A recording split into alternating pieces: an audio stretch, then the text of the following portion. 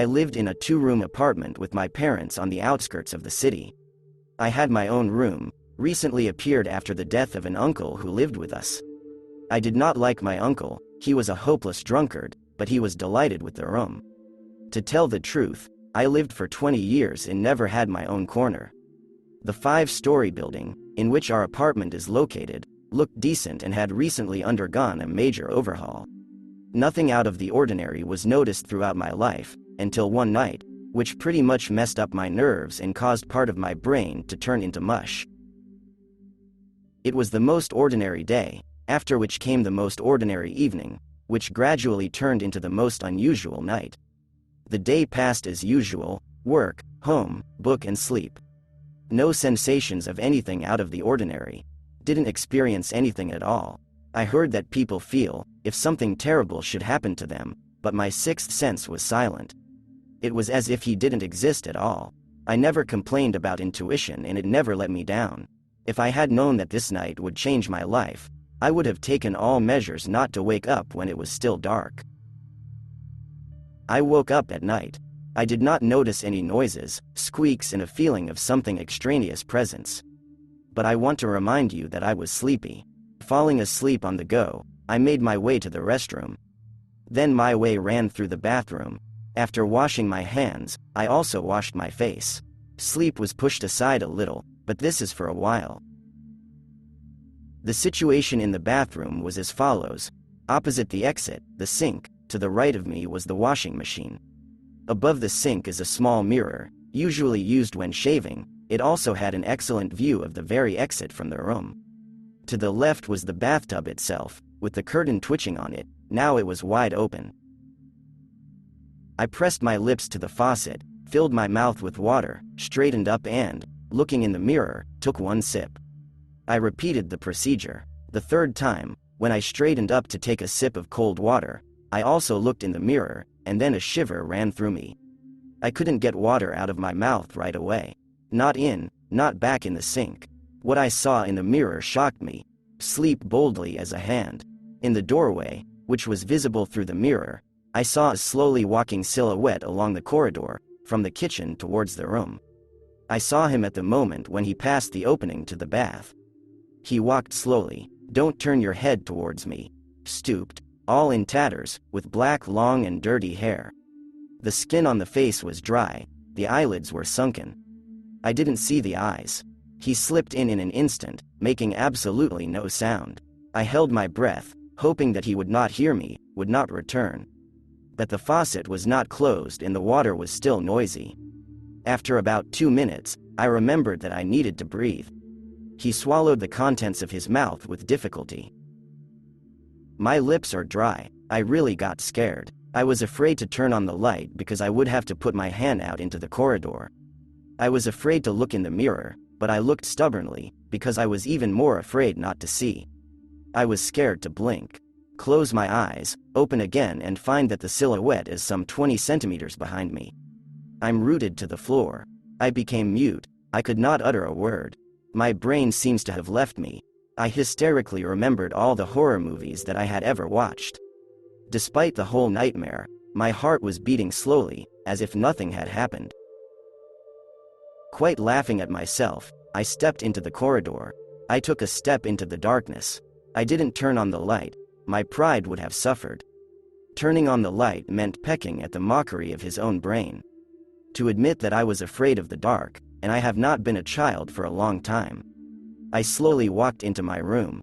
My eyes saw well in the dark, and from the threshold I examined the whole room. Nothing. Instantly I covered myself with a light blanket, although it was hot. I'm under the covers, which means I'm not in danger. I lay on my back with my eyes open, carefully studying the ceiling.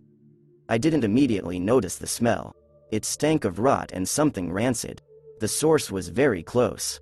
I already understood where, but continued not to believe.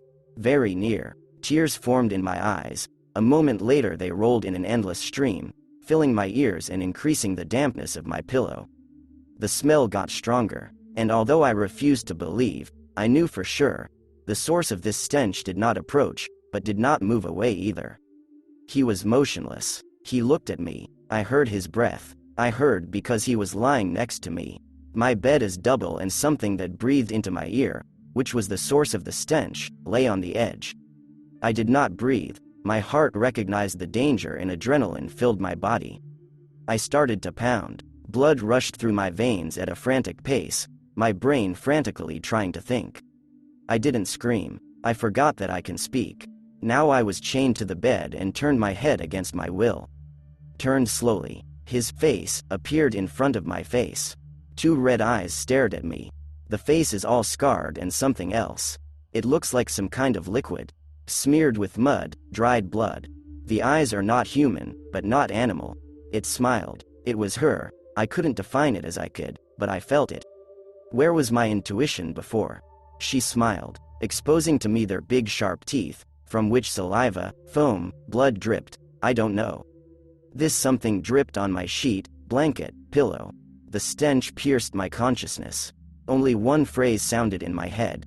No, no, no, this cannot be, no.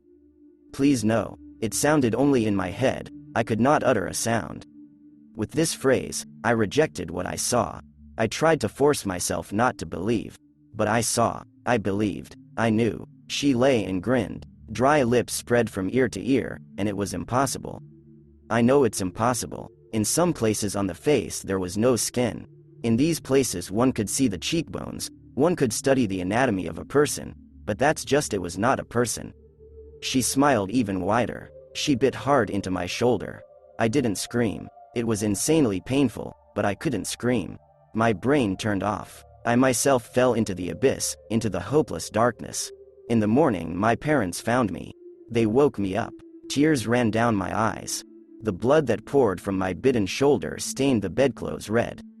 The bite hurt, but it wasn't there. There was not even a trace of teeth. Nothing to back up what I'm saying. And I told, repeated, described. And remembering, he cried again, trembled again. He assured me it wasn't a dream. Only I believed in my fairy tale. I refused to go to a psychiatrist. But my parents only wanted the best for me.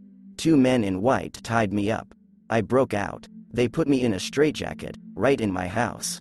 2 months already in this hospital, among psychos who think they are great. Hitlers, Napoleons, paranoids. Someone repeats the same word and it's terribly annoying.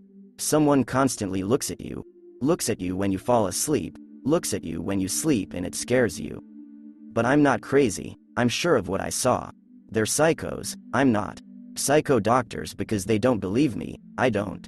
They stuff me with pills that make you stop thinking even where you are.